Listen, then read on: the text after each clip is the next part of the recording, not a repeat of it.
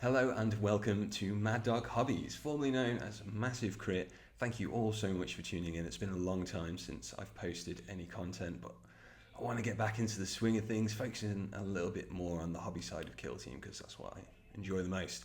So why the name change? Well, I'm sure you're all aware in the new edition, they got rid of the movement shape mechanics, and I kind of based my whole logo around those movement shape mechanics, and they're a little bit redundant now. What a plonker. So I've decided to go for a reboot with a new logo and a new name that doesn't tie me specifically to Kill Team, so it gives me a little bit more freedom in the future to explore other things if I want to, but rest assured this is still a Kill Team channel.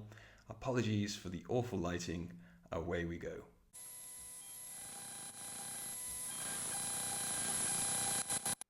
Rough. I've been wanting to put together an Angels of Deathwatch kill team ever since the new edition started. Unfortunately, because of my lack of financial control, I have loads of kits to help me create something really unique.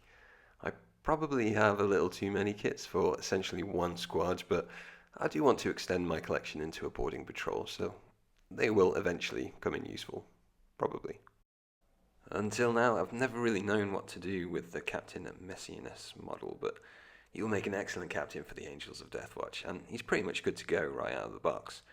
I begin by removing all the parts from the sprue and clean up the mold lines. Now I remove the Aquila from the right arm to make room for the chapter symbol, which is always on the right for Deathwatch Marines. I do this by clipping away some of the bigger bits before using my knife, along with a file, to carve and scrape the remaining bits off. Following the instructions, putting him together, I decide I just can't live with that little cape. It's a great model, but that little cape needs to be changed. Luckily, the Company Heroes box that I'll use to make some of the other models has a cape, so I need to remove the little one from Messiness so I can keep the back and put on the larger cape.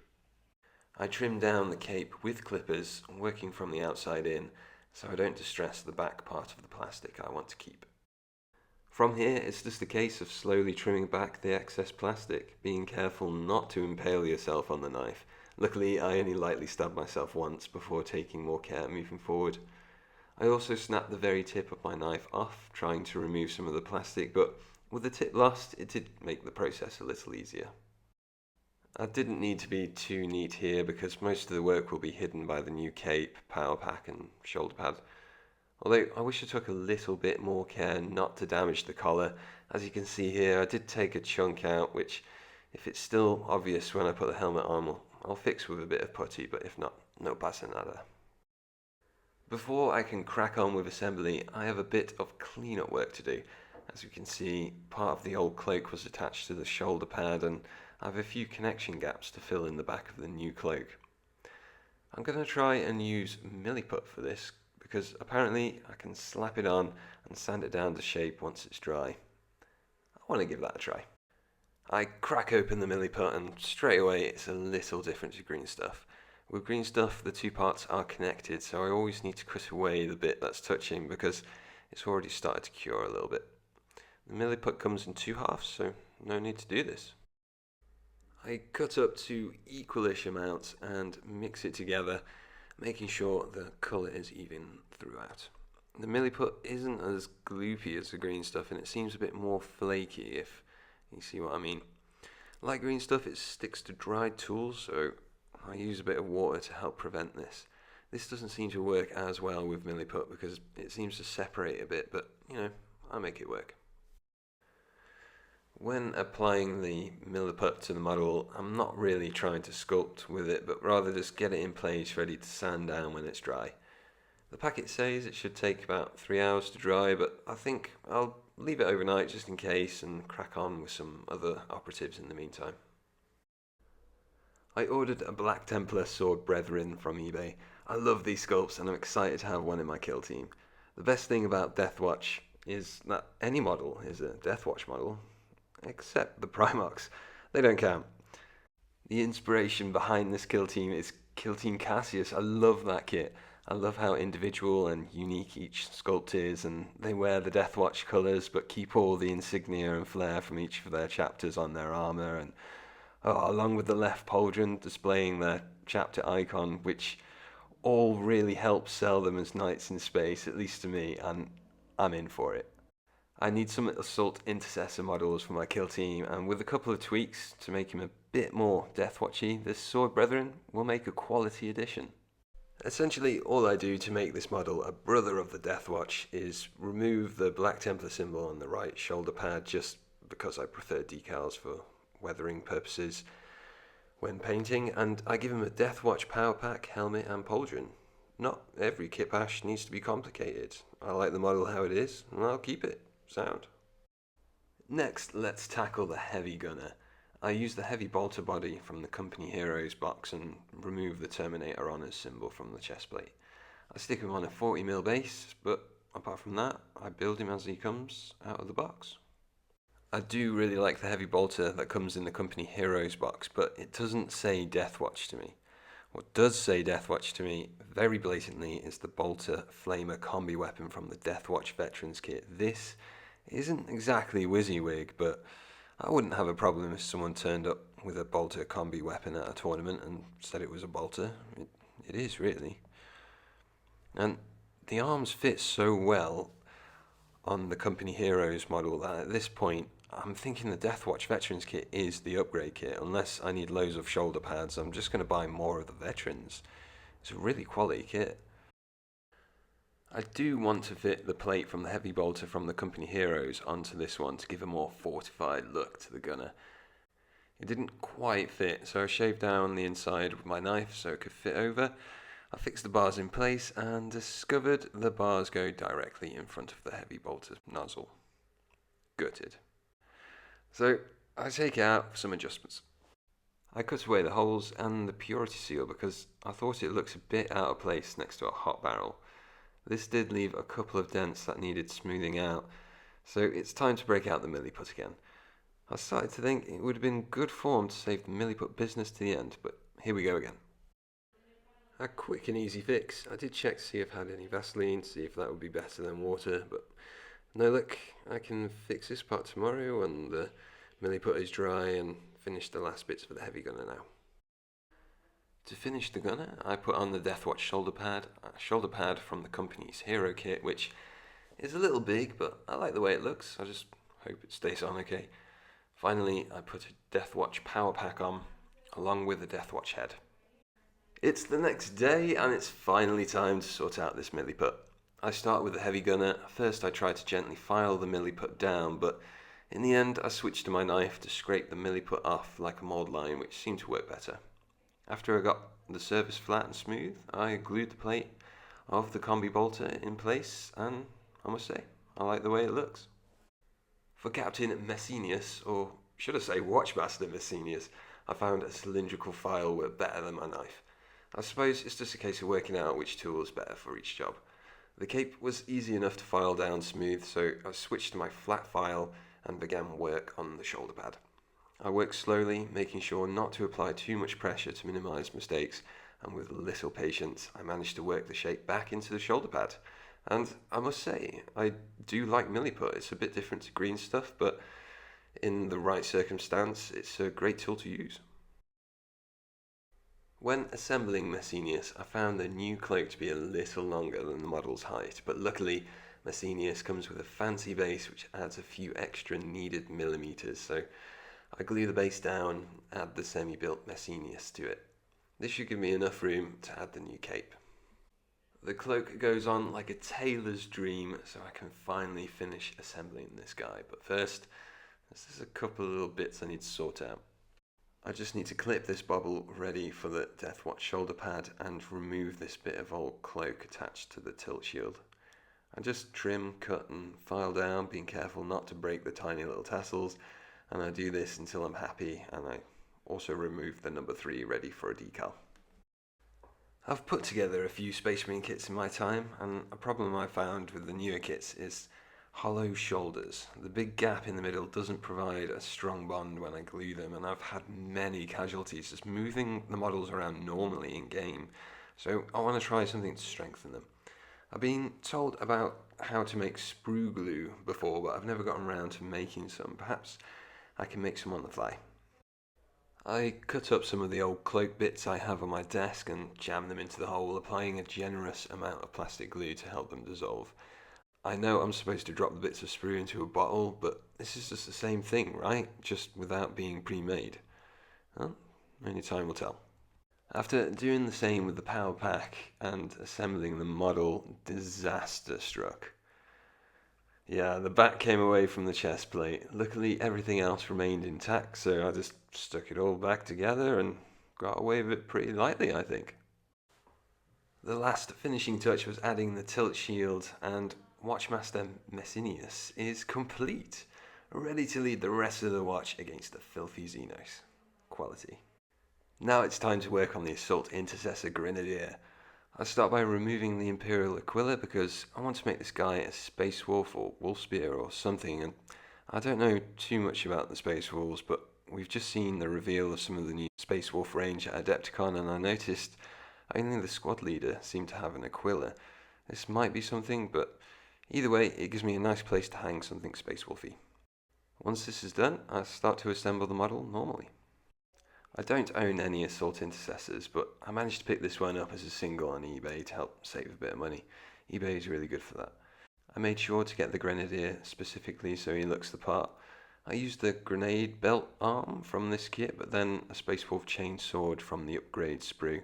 The arms do look a little different, but hey, the Deathwatch modify their armor all the time, so I think it's alright. I put the arms on using the same sprue glue technique as before. I put the shoulder pads on, and for the power pack I'll want to use the Space Wolf one from the Kill Team Cassius set, but I just need to file away a bit of strap before I put it on. I love the Kill Team Cassius set. It has loads of unique flavorful models that are great for kitbashing. I've used some bits from it for my Fallen Chaos Space Marine Kill Team kitbash, which you can see on the channel, and I have something else planned for it in the future as well. Great kit.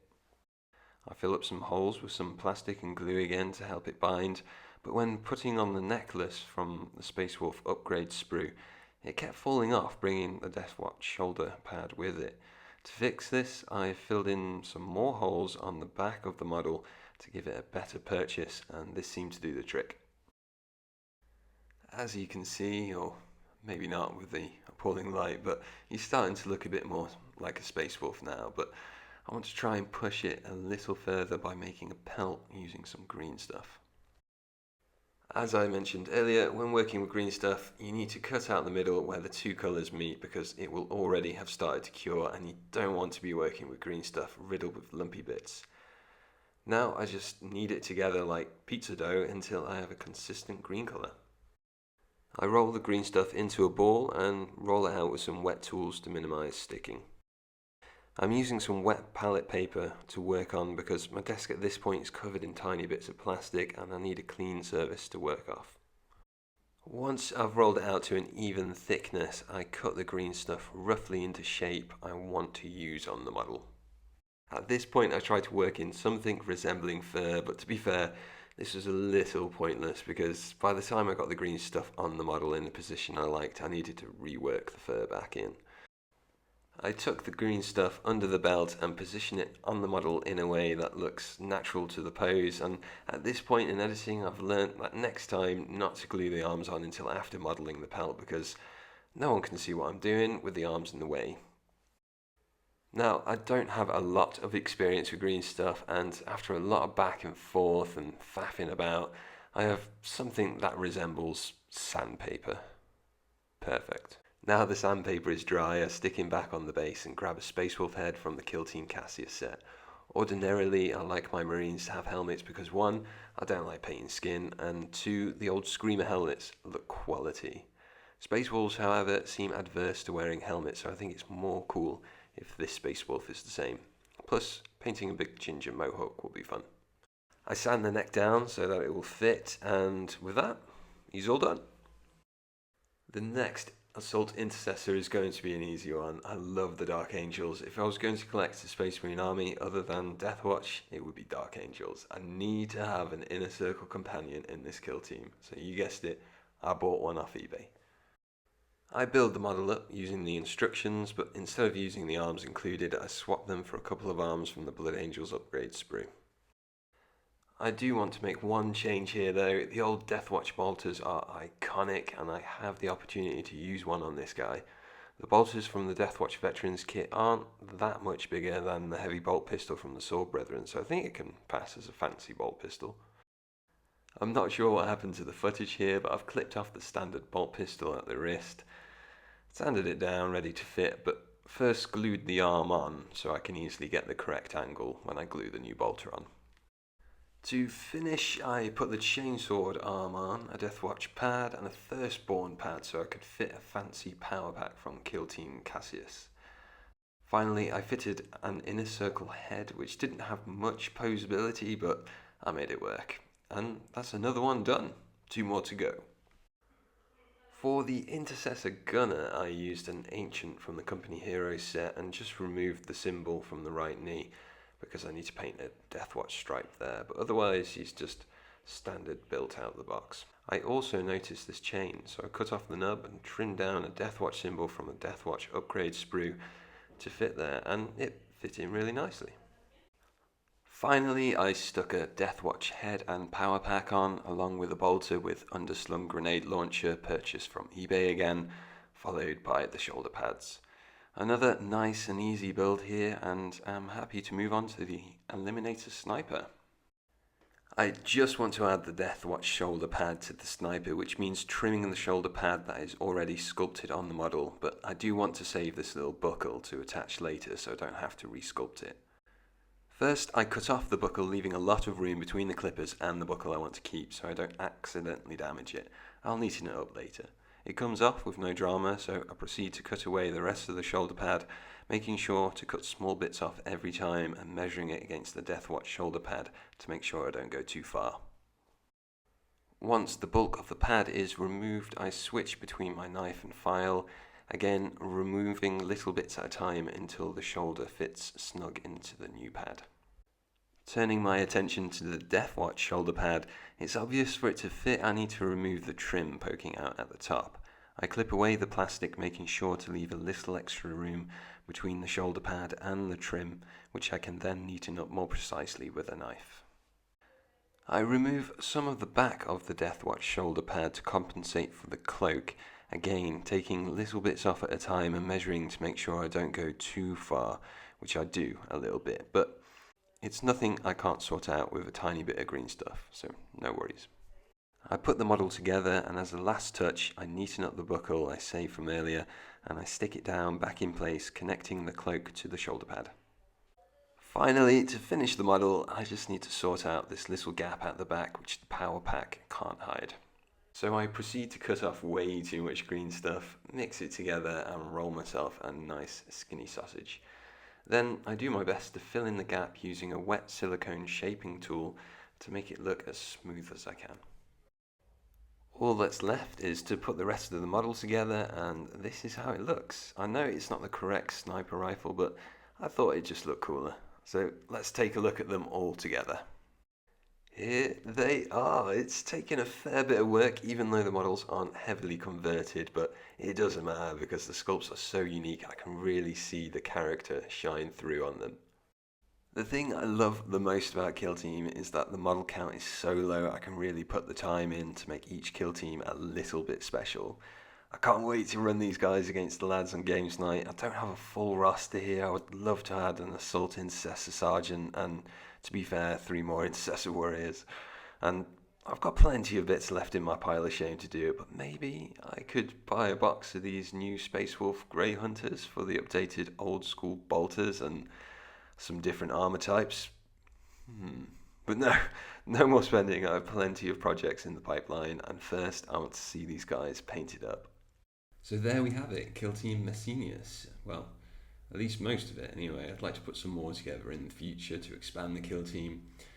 And if you like the video, please hit that subscribe button because I've got a lot more projects planned for the future, and hopefully I'll see you there. So until next time, adios amigos.